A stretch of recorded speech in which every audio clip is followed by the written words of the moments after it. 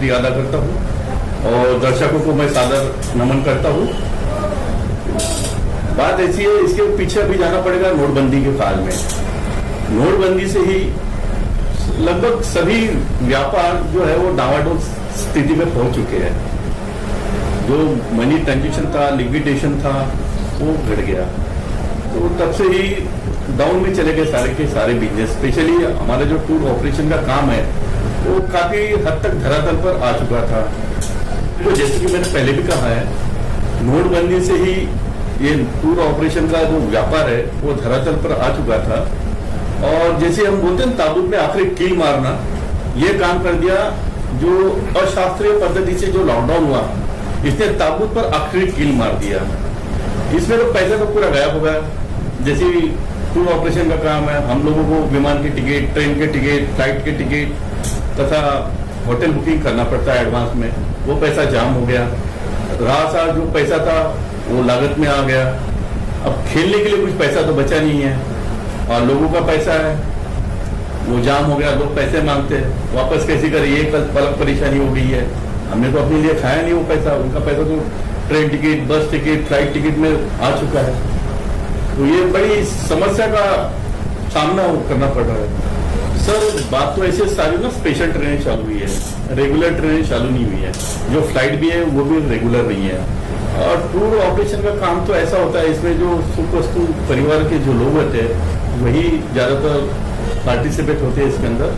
और train regular नहीं होने की वजह से और कोरोना का जो डर है उसकी वजह से तो अभी तक तो ये बिजनेस उठने से रहा। तो हमारी जो टाइमिंग बचेस तो वो तो चालू गए, जिसमें और भी बहुत बड़ी समस्या है, ये भी गाड़ियां कंप्लीट नहीं है। हमारा जो काम है वो टूर ऑपरेशन का, हम यात्रा सह का आयोजन करते हैं।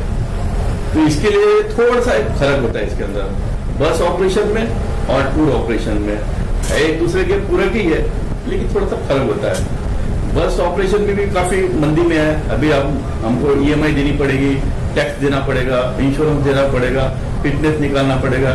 ये जो गाड़ियों को लगने वाला पैसा है वो कहाँ से जनरेट होगा, वो कहाँ से आएगा, ये बहुत बड़ी समस्या आने वाली है। जो टैक्स है जो जून तक तो माफ किया था स्टेट गवर्नमेंट ने, बाकी तो जैसा वैसे चल रहा, परमिट मिलना चालू है, लेकिन वो 50% तक, इसमें खर्चा ही नहीं निकलेगा। आपकी बात एकदम सही है।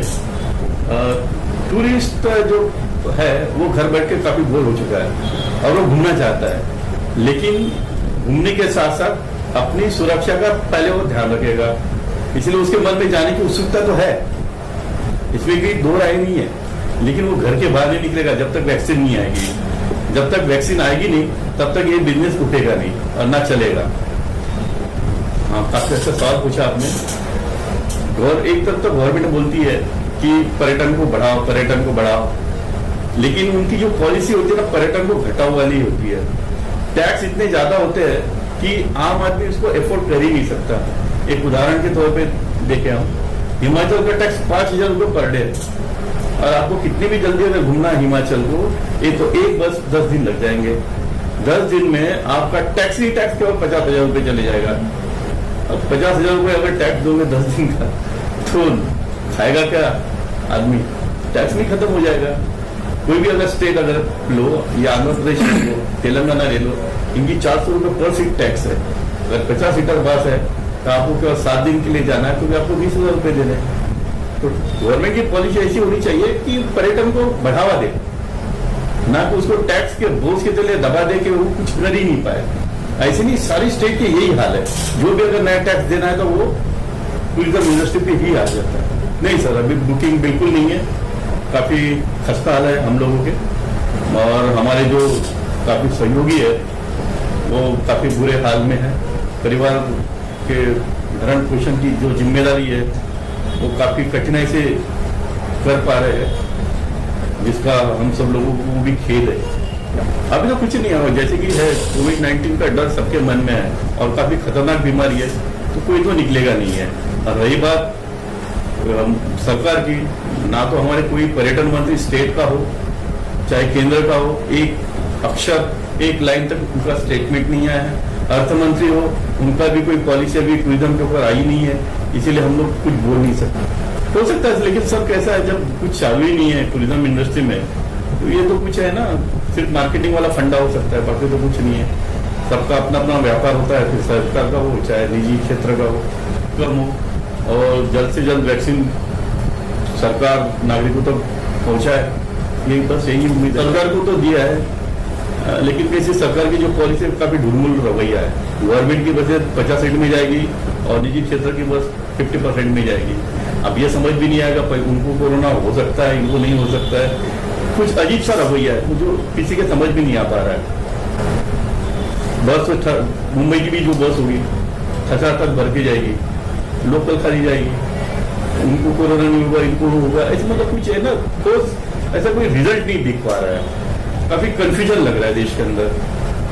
कुछ तो एक हो जाए कि एक डिसीजन हो, उसके बाद ही सारा चालू अनलॉक हो रहा, अच्छी बात है, लेकिन जनता ने भी काफी प्रिकॉशन लेना आवश्यक है। बीमारी खतरनाक है और जानकारी ही बचाव है, अपनी सुरक्षा अपने को ही करनी है।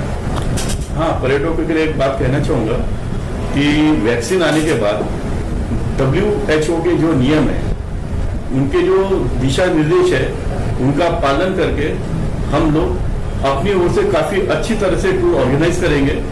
और पर्यटकों से अपील है कि न घबराते हुए आप ज्यादा से ज्यादा संख्या में पर्यटन को आए और देश की जो आर्थिक वृद्धि है उसको और विकसित करे, बढ़ाए। बस यही मैं अपील करना चाहूंगा। मेरा नाम है राजा मेश्राम, संचालक तथागत ट्रेवल्स नागपुर।